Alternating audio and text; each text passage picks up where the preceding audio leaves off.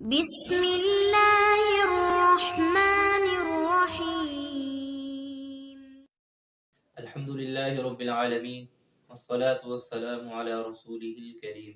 گزشتہ آیات میں اللہ رب العزت نے بنی اسرائیل اور یہود پر یہ بات واضح فرمائی تھی کہ میں نے تمہارے اوپر اتمام حجت کے لیے تمہیں تمام قسم کی نشانیاں بتائی تھیں کہ یہ پیغمبر سچا ہے اور یہ قرآن اور یہ کتاب سچی ہے۔ اللہ رب العزت نے فرمایا تھا وَلَقَدْ أَنزَلْنَا إِلَيْكَ آيَاتٍ بَيِّنَاتٍ کہ میں نے واضح علامات اور نشانیاں تم تک پہنچا دی تھیں، لیکن تم سے بہت سے لوگ ایسے تھے وَمَا يَكْفُرُ بِهَا إِلَّا الْفَاسِقُونَ لیکن بہت سے لوگوں نے اپنی سرکشی اور بغاوت کی وجہ سے اللہ تعالیٰ کی نافرمانی کی۔ تو اللہ رب العزت ان سے یہ بات فرما رہے ہیں کہ تم یہ نشانیاں نہیں مانتے تو کوئی بات نہیں، تم اپنے اس معاملے اور اپنے ان معاہدوں کی طرف آ جاؤ جو تم نے گزشتہ انبیاء سے کتابوں میں کیے تھے کہ اے اللہ کہ ہم تمہاری بات مانیں گے، ہم ان کتابوں کو مانیں گے، ان کتابوں پر یقین رکھیں گے۔ لیکن تمہارا معاملہ ان انبیاء اور پیغمبروں کے ساتھ بھی بہت ہی نازیبا تھا۔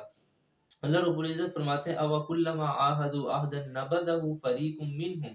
کہ جب بھی تم میں سے ایک گروہ کو کتاب ملتی تھی، ایک گروہ کو اللہ کی طرف سے کوئی احکام ملتے تھے، تم اللہ سے کوئی وعدے کرتے تھے تو خود ہی اسے توڑ دیتے تھے۔ تم نے حضرت موسیٰ علیہ السلام سے وعدہ کیا کہ ہم اس کتاب اور قانون کو مانیں گے، لیکن خود ہی عہد شکنی کر دی اور اس کی سزا بھی تمہیں بھگتنی پڑی۔ اللہ رب العزت فرماتے ہیں کہ ٹھیک ہے تم نے ان کو بھی نہیں مانا، تم نے ایک پیغمبر کی نہیں بلکہ جب ہی کوئی پیغمبر تمہارے پاس آتا تھا تم اس پیغمبر کی تکذیب کرتے تھے، اس پیغمبر کو مختلف طرح کی ایذا اور تکلیف دیتے تھے۔ وَلَمَّا جَاءَهُمْ رَسُولٌ مِّنْ عِندِ اللَّهِ مُصَدِّقٌ لِّمَا مَعَهُمْ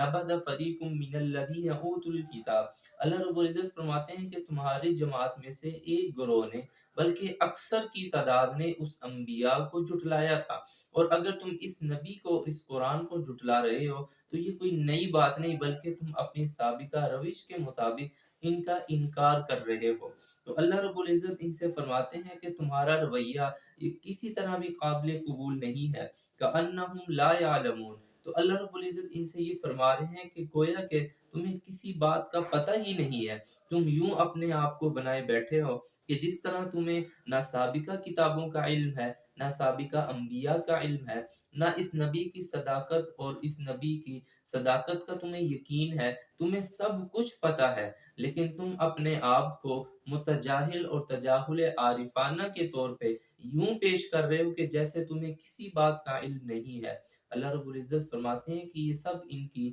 جھوٹی آرزویں ہیں اور ان کے جھوٹ ہے کہ ہمیں کسی بات کا پتہ نہیں ہے۔ اللہ رب العزت نے ایک مقام پر فرمایا کہ انہیں سب کچھ پتہ ہے۔ الذین یعرفونہ کما یعرفون ابناءہم انہیں قرآن کی سچائی کا پتہ ہے، انہیں پیغمبر کی سچائی کا پتہ ہے،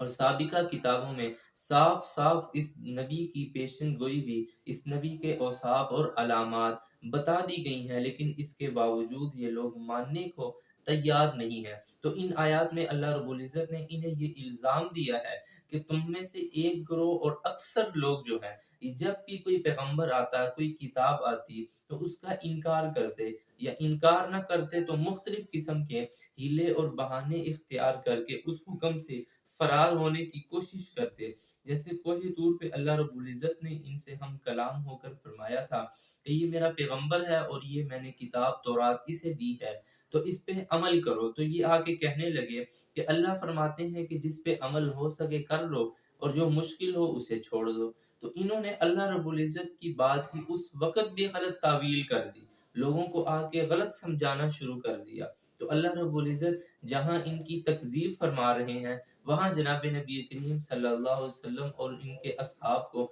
اس بات کی تسلی دے رہے ہیں کہ ان لوگوں نے اپنے انبیاء کے ساتھ بھی بڑی نازیبا حرکات کی ہیں، ان کے ساتھ بھی ان کا معاملہ بڑا سخت و ترش تھا۔ اگر یہ آپ کا انکار کرتے ہیں، آپ کی تکذیب کرتے ہیں، قرآن کی صداقت کے منکر ہیں تو یہ کوئی نئی بات نہیں، ان کی یہ نازیبا حرکات ان کی ابتدا ہی سے چلتی آ رہی ہیں۔ تو اللہ رب العزت نے ان آیات میں بھی ان کی حقیقت کو کھول کر ان کی تصویر، انہیں حقیقی تصویر سامنے رکھ کے دکھائی ہے کہ تم لوگ کس طرح نبیوں کا انکار کرتے رہے، کس طرح تم اللہ کی کتاب اور اس کے احکام کو پس پشت ڈالتے رہے۔ اللہ تعالی ہمیں سمجھنے کی توفیق عطا فرمائے۔ وآخر دعوانا ان الحمد للہ رب العالمین۔